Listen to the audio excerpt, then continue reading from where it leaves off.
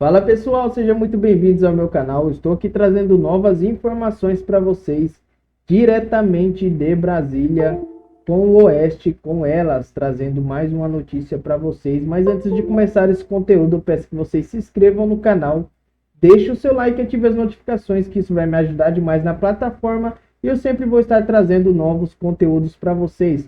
Já deixa o seu like e o seu comentário sobre esse conteúdo aqui no canal. Pessoal, ministro Barroso aí, dando uma entrevista e chorando novamente, dizendo ainda que faculdades dos Estados Unidos chamou ele para dar palestras lá. Pode isso? Como que ele vai para lá se ele não tem visto mais? Acompanhe comigo aqui no Oeste com elas. Sem mais enrolação, bora pro conteúdo. O ministro do Supremo, Luiz Roberto Barroso, comentou em entrevista sobre a Lava Jato e o que pensa hoje da operação. Barroso comentou o voto que deu em 2018, que contribuiu para levar Lula à prisão. Acompanhe. O meu voto não teve nada a ver com o presidente Lula. A vida de um juiz que procura exercer o seu ofício com integridade e sem partidarismo exige decisões que são pessoalmente difíceis. E a minha decisão era, vamos supor que eu tivesse votado no presidente Lula, vamos supor que eu gostasse do presidente Lula. Mas eu sou um juiz. Eu devo mudar a jurisprudência porque eu quero o bem ao réu? Ou o meu papel é aplicar a jurisprudência? E note-se bem que aquele era um momento em que não havia as suspeições que depois vieram a ser levantadas sobre a Lava Jato. E, portanto, eu apliquei ao presidente Lula, com dor no coração, a jurisprudência que eu tinha ajudado a criar. E achei que esse era um dever de integridade que eu tinha com a minha função. E, portanto, não foi um sentimento pessoal, foi o cumprimento de um dever. Barroso também comentou sobre o PL da anistia e que medida é inaceitável. A anistia, em linha de princípio, é uma questão política, porque é um tema para o Congresso. O papel de julgar é do Supremo. O papel de dar anistia é uma competência política do Congresso. São papéis diferentes. Mas é inaceitável você cogitar uma anistia antes, durante ou imediatamente após o julgamento. Redução de penas não é uma anistia maquiada? Não, acho que redução de pena é diferente de anistia. Lá atrás, muito antes do julgamento do presidente Bolsonaro,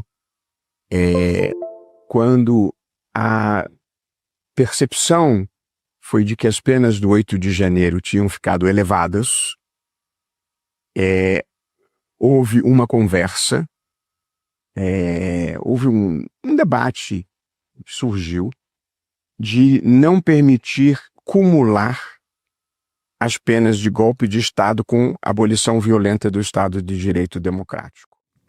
Barroso afirmou também que considera deixar o Supremo antes de 2033, data limite para sua aposentadoria, e que vai tomar a decisão após um retiro espiritual. Agora, no fim de outubro, Marina Helena destaca o que desses trechos que a gente trouxe agora? Bom, destaque do Barroso é o retiro espiritual, né? Eu acho que esse retiro espiritual de outubro, eu espero que faça muito bem ao ministro. Talvez ele esteja... Eu tenho certeza que ele precisa mesmo de um retiro para pensar em tudo aquilo que ele fez durante a sua presidência. Barroso, que já assumiu ali, falando em recivilizar a população brasileira. Gente, tem algo mais, assim... É um desprezo pelo povo, né? É um desprezo, alguém que acha que a nossa população precisa ser civilizada. Olha isso, e por quem? Por ele, que sabe muito melhor sobre tudo, né? Falou que adoraria que terminasse a sua presidência e o Brasil tivesse preparado para discutir essas pautas que ele acredita que sejam civilizatórias, como, por exemplo, a permissão do aborto. Então, isso pro Barroso, que seria, de fato, nos civilizar. Então, vejam bem.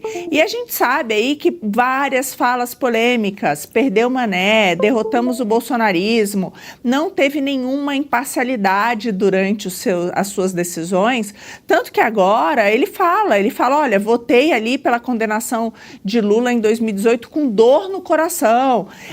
Como assim, né? A gente viu depois todo o trabalho que foi feito ali, de fato, para derrotar o bolsonarismo, como tanto ele se gaba de ter feito, as suas votações. Então, realmente, eu acho que o destaque fica aí para esse retiro espiritual. A grande verdade é que a gente sabe muito bem, Barroso tem grande chance, sim, de abreviar a sua estada no STF, se ele sentir que o Lula não tem chances de não vencer nas próximas eleições. Essa que é a realidade, porque aí seria mais uma vaga para o novo presidente indicar. Então, eu acredito que esse retiro do Barroso, ele vai esperar mais um pouquinho, ele vai esperar ali mais para próximo das eleições para tomar essa decisão de quanto tempo ele fica. E só mais um detalhe aqui, ele ainda teve a cara de pau de dizer, aliás, duas coisas, né? Porque a gente acabou não comentando sobre isso, não deu tempo. Uma é que ele recebeu muitos convites de universidades americanas, mas que ele acha que ele ainda precisa continuar no Brasil. Gente, ele não pode ir para a universidade americana. Hello, ministro? Acorda aí, acorda. E é inacreditável que a mídia em nenhum momento diz mais, ministro, ele podia vir aqui, né, conversar com a gente, mas ministro, para de sonhar, mesmo que o senhor quisesse, não teria como. Ninguém fala isso para ele, né? E o outro ponto foi quando ele chorou ali, né? Ele chorou ao se lembrar de um venezuelano que ele encontrou na nossa fronteira, o ministro que tudo que está fazendo aqui no Brasil, todo esse ativismo judiciário foi o que acabou levando a Venezuela para onde ela foi. Então, ministro, você devia pensar bem, porque foi exatamente a censura e a perseguição política vinda do judiciário, né? A Venezuela jamais teria chegado ao ponto que chegou se não tivesse sido tomada pelo judiciário, e o judiciário foi quem fechou o Congresso, igualzinho o STF tem feito aqui no nosso país. Ô, Julie, e também Barroso, apesar de se emocionar e falar do coração dele, né, não sentiu dor pelo Clezão no coração, não doeu nessa hora, não sentiu com a idosa espancada, com a Débora longe de toda a família, assumiu na entrevista as penas elevadas, várias dos manifestantes do 8 de janeiro, e soube se aposentar, quem diga que não larga o osso não, gostam, né, de ficar como seres intocáveis no alto da redoma de vidro? Vai lá fazer, sei lá, conversar com o Buda, com quem que eles conversam, chega a ser ofensivo à minha inteligência, né? Eu vi a entrevista dele com a Mônica Bergamo, que a gente sabe que é blogueira do amor também, tem umas, a gente sabe logo, então o Barroso fala de democracia, né, mas esquece que o STF vem perseguindo, né, opositores. Ele coloca como guardião da Constituição, mas muitas vezes o próprio passa por cima dela, né? Diz defender as liberdades, mas apoia a censura nas redes. Quer dizer, não faz sentido essa fala dele, né? Ele fala que tem que proteger as instituições, mas a verdade é que o povo não tem mais confiança nelas, inclusive por figuras como ele, né? Ele critica a polarização, mas ele age de forma bem parcial, né?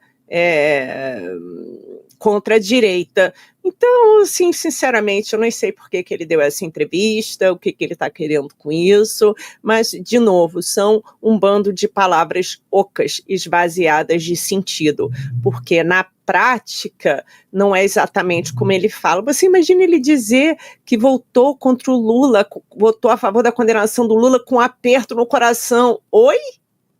Quer dizer, como assim? É uma loucura, uma loucura. Aí dizendo que a anistia não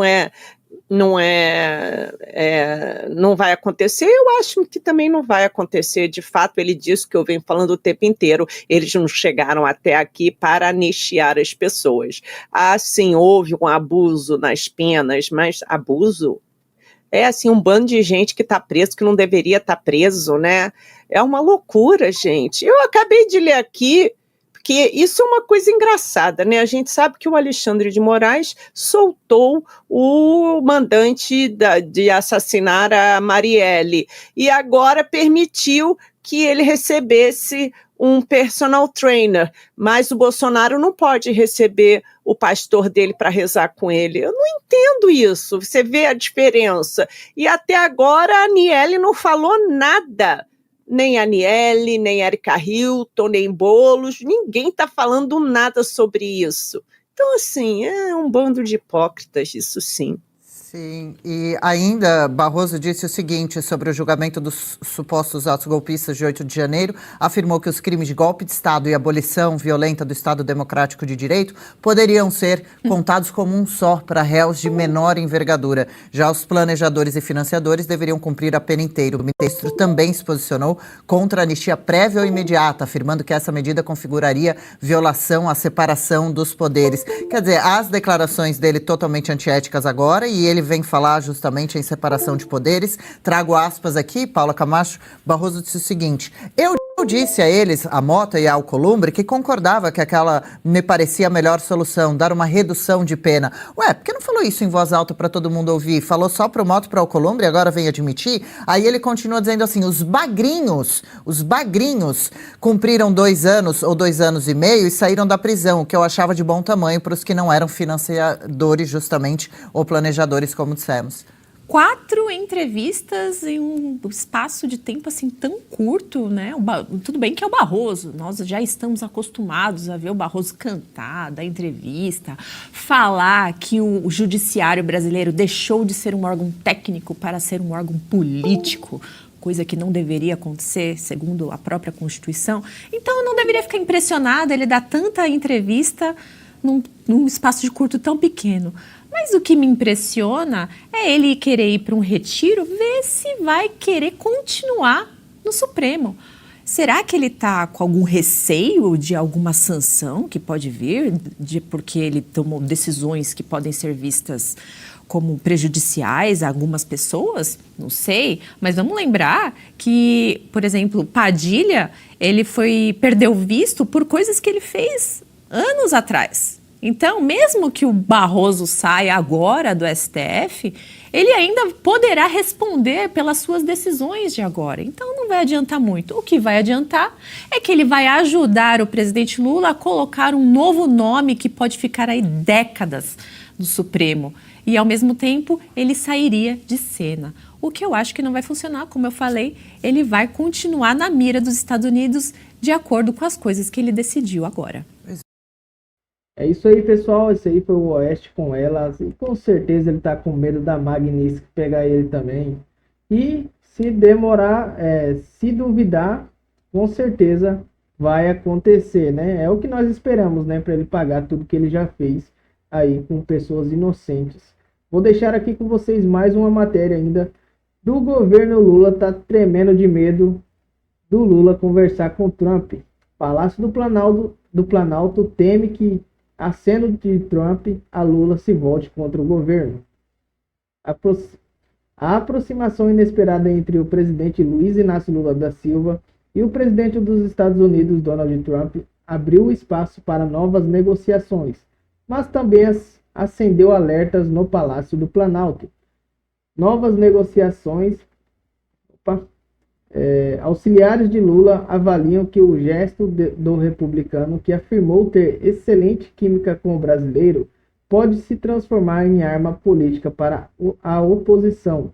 O encontro informal entre os dois ocorreu nos bastidores da Assembleia Geral da ONU, em Nova York, e foi celebrado inicialmente pelo governo como uma vitória diplomática. É claro que não, né?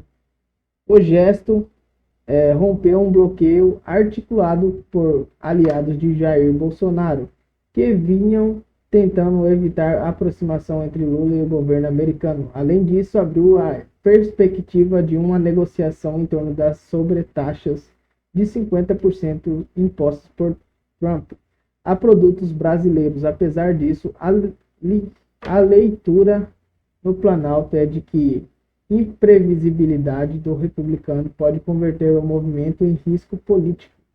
Trump tem histórico de constranger líderes estrangeiros. É isso que eles estão com medo, ó, do Trump ir lá e falar umas verdades. É claro que ele vai falar, né? Não vai deixar passar tudo em branco. Senão ele não estaria metendo o Magnitsky em todos os ministros aí. Em encontros oficiais, como ocorreu com o presidente da Ucrânia, Vladimir Zelensky, o da África do Sul. Por essa razão, auxiliares de Lula defendem que o primeiro contato formal seja por telefone. Ó, o medo. Ou videoconferência, adiantando a possibilidade de uma reunião presencial. Também está na mesa a proposta de encontro em um terceiro país. Diplomatas brasileiros trabalham em alternativas num território neutro, como Malásia ou Itália, locais onde Lula terá compromissos internacionais em outubro. O objetivo seria reduzir a exposição e imprevistos em Washington ou em Mar-a-Lago, residência de Trump na Flórida. Tá com medo. O Lula tá tremendo de medo na base aí, e o Trump pegar ele, hein? É isso aí, pessoal. Esse foi o conteúdo de hoje, espero que vocês tenham gostado. Mais uma vez eu peço que você se inscreva no canal, já deixa o seu like e o seu comentário nesse vídeo. Muito obrigado por assistir até o final e até o próximo conteúdo.